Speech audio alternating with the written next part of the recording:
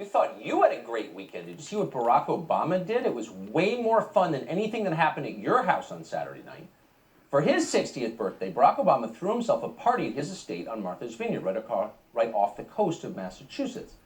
Now, Obama's place is on the ocean naturally, but unlike your oceanfront property in, say, Destin, Obama's property has been declared eternally exempt from the devastating rise in sea levels that will inevitably accompany the existential crisis of climate change, which, by the way, you caused. So no matter what happens to the global climate, Obama will be safe on Martha's Vineyard, even if you continue to eat steak and use air conditioning, both of which will soon be banned. Ever sensitive to the feelings of his subjects, Obama did his best to downplay the size and the opulence of Saturday's event. His PR team did not mention the hundreds of servants who would be there. The party, they assured us, would be nothing at all like something King Farouk might have hosted in his later years. No resemblance. Barack Obama's party was merely an intimate gathering of, quote, family and friends. And in the end, that's exactly what it was. The thing is, as you can see from the photographs, Barack Obama has an awful lot of very close friends. What's interesting is who they are and who they're not. Joe Biden was not at the party. And that's weird, considering that Joe Biden and Barack Obama are like brothers, as close as two straight men can be, as Joe Biden has told us himself many times. Though if you've been watching carefully through the years, you may have noticed that Barack Obama has never made that claim. He's never said a lot about liking Joe Biden. Now we know he doesn't. So who does Barack Obama like? Well, in a word, celebrities. Obama likes celebrities, lots and lots of celebrities. It was like the red carpet scene outside a lesser awards show on Saturday night. There was Oprah and Jay-Z, Gayle King, Tom Hanks, George Clooney, as well as a whole bunch of other people who you wouldn't recognize if you're over 30 and don't live on social media. There were a ton of them. And it was kind of a surprise to see it because Barack Obama is a genius. And we know that we can be certain of it because we have heard that claimed as fact for almost 15 years now. And yet we now know that when Barack Obama relaxes at his own house, it's not with intellectuals or even with people who can read books. It's with the kids he watches on TikTok. Obama passes around some high fives, throws on a pair of beige slip-on shoes and the world's only gray Hawaiian shirt, and hits the dance floor. It's party time. But wait a second, you ask. A gray Hawaiian shirt? Is that even legal? When you're Barack Obama, it is. The normal rules don't apply to you. Remember that this is the man whose staff referred to him as Black Jesus, totally without sarcasm. So when you're parting the waters and healing the sick, you don't get too hung up on the usual fashion regulations, or for that matter, on public health regulations. There's a global pandemic out there. You may have heard about it. And it's getting worse. The CDC tells us that the so-called Delta variant is so dangerous that we can no longer have civil liberties in America. Private property rights have been suspended. Happened last week. Our children must wear masks at school again. We should not be allowed to go to dinner, fly on airplanes, have a job without first displaying our new vaccine passports. And Barack Obama supports all of that. He's for all the restrictions. But that does not mean he wants to live under those restrictions. So on Saturday, Obama's guests did not have to show their papers to get into the party. Unlike CNN employees, they didn't have to prove they were vaccinated. Unlike your kids, they didn't have to wear masks. It was like 2019 at Barack Obama's house. Like the whole pandemic thing never happened. The question is, does Tony Fauci know this? And if so, is he okay with it? That's a pressing public health question. So today we called Tony Fauci to find out. Unfortunately, he was not free to do the show. He was too busy. He's a scientist. He's not into publicity. He was tied up doing another photo shoot for Teen Vogue, so he can't come. Our loss. So to determine what the new rules are, we're just going to have to go with Tony Fauci's previous statements. And here's what we learned. When large groups of maskless people without vaccine passports gather in one place, it is a grave danger to America, but only when those people ride Harley Davidsons.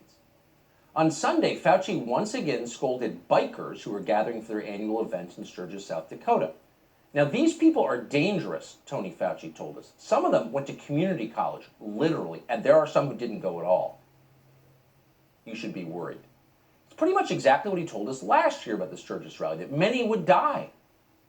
So we checked, because numbers are important on a news show, did that happen? Whatever happened to last year's Sturgis? Well, it turned out almost 500,000 people went, about 450,000. In the end, fewer than 0.1% of them got COVID. So no, millions did not die. Actually, it was fine. But Tony Fauci did not change his guidance. He's not deterred by his own bigotry and stupid predictions, you may have noticed. So here he was the other day warning us once again about the perils of Sturgis. Well, I'm very concerned, Chuck, that we're going to see another surge related to that rally. I mean, to me, it's understandable that people want to do the kinds of things they want to do. They want their freedom to do that. But there comes a time when you're dealing with a public health crisis that could involve you, your family, and everyone else, that something supersedes that need to do exactly what you want to do. Well, I'm very concerned, Chuck. Bo hiccup. So as Tony Fauci just explained, given how dangerous to public health those bikers at Sturgis are, you've got to wonder what the risk the rest of us face might be from Barack Obama's Martha's Vineyard birthday party. Here you have hundreds of people indoors without masks who haven't proven their vaccination status. And if the numbers tell us anything, quite a few of them were not vaccinated. Is that acceptable or not? Sincerely, that's an urgent public health question, the kind you'd think Tony Fauci exists to answer as the highest paid public sector employee. But he didn't answer the question, and as we told you, we tried, and he won't answer it. So as an epidemiological matter, where do you think Barack Obama got the idea that it's a good idea to hold huge indoor events with people who haven't proven they've gotten the shot and aren't wearing masks? How could he have determined that? Well, maybe he watched his friend Muriel Bowser, who's the mayor of D.C. She just did the very same thing. Bowser, you'll recall, forced a new mask mandate on her city, but she delayed it within hours, just long enough to hold a birthday party for herself. And that's fine. It's cool. It's not like she rides a Harley. She's a Democratic office holder. Now, if you still believe in science and are becoming slightly confused by this public health guidance, you didn't watch CNN this weekend because they laid it out in the clearest possible terms. Listen to this reporter from the New York Times explain why Barack Obama and his friends from TikTok can have maskless parties indoors without vaccine passports at the very same moment you were not allowed to visit your dying parents in the hospital. It's not arbitrary, it's not capricious. There's a reason, a medical reason. Watch. Other people said, this is really being overblown. They're following all the safety precautions. People are going to sporting events that are bigger than this. This is going to be safe. This is a sophisticated, vaccinated crowd. Okay, now we're talking science. So when it happens at Barack Obama's 12, by the way, that was the purchase price. We're talking over $20 million house on the ocean that's immune from climate change. When it happens there, it's not a problem because the crowd, and we're quoting the New York Times as we say this, is, quote, sophisticated and vaccinated. Now, we don't know about the vaccinated because they didn't have to prove it. And again, if the numbers are right, a lot of them weren't vaccinated, maybe more than half. There's a common saying that originates from an ancient proverb, once taught by a She was saying, the emphasis here, the medically significant word, is sophisticated. Right now, the Biden administration is forcing unvaccinated people to obey every requirement that vaccinated people have to follow. It's the sophisticated crowds that are exempt from the rules. Vaccines have nothing to do with it. The question is one of sophistication.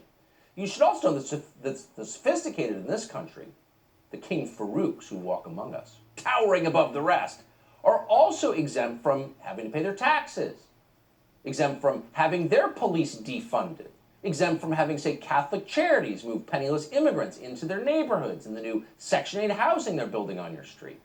They don't have to deal with any of that because they're sophisticated. It's nice to be sophisticated. You know what, though? It's definitely bad to be unsophisticated. Because if you're unsophisticated, CNN will not come to your defense. Its anchors will not defend you when you ignore the rules. Instead, when you're unsophisticated, they will devote hours of coverage to mocking and deriding you, as they did here. You think this is going to be a super spreader event? Yeah, I'm very concerned. The slogan this year for Sturgis is, we're spreading our wings, but I'm concerned they're going to be spreading a lot more than just their wings. Few attendees wore masks last year, and that's likely to be the case again this year. Well, this year, Sturgis rally attendees are proving they didn't learn anything from last year, drawing an even bigger crowd amid a major surge in cases caused by the Delta variant and the unvaccinated. The annual event kicked off over the weekend with packed bars, rock concerts, and barely any masks. You think they'd learn, but nope. You'd think they'd learn. Can you imagine riding a motorcycle outside with no mask on? Reckless freaks killing the rest of us. You'd think they'd learn, but nope. That's the judgment of Dr. Don Lemon. But again, since it is, in the end, this is a news program, we should remind you that there was actually no COVID outbreak at Sturgis last year, but somehow no one has told cable news. They're completely convinced it was a super spreader event.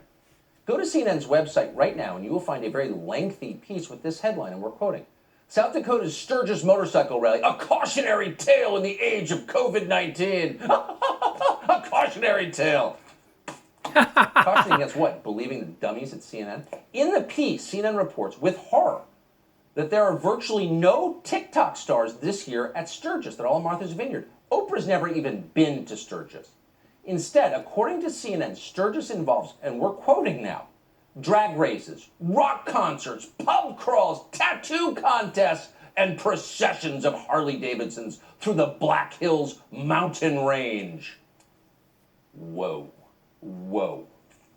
You know what that means, right? Public health disaster. Or, again, in the words of CNN, the Sturgis rally had many characteristics of a super spreading event. Large crowds, high intensity of contact between people, potential for highly infectious individuals traveling from hotspots and events in poorly ventilated indoor environments. Not at all like what they're doing under the tent in Martha's Vineyard with the TikTok kids. Turns out they're not sophisticated. They're super spreaders. And in this country, really, you're one or the other. That's your choice. Hey, Sean Hannity here. Hey.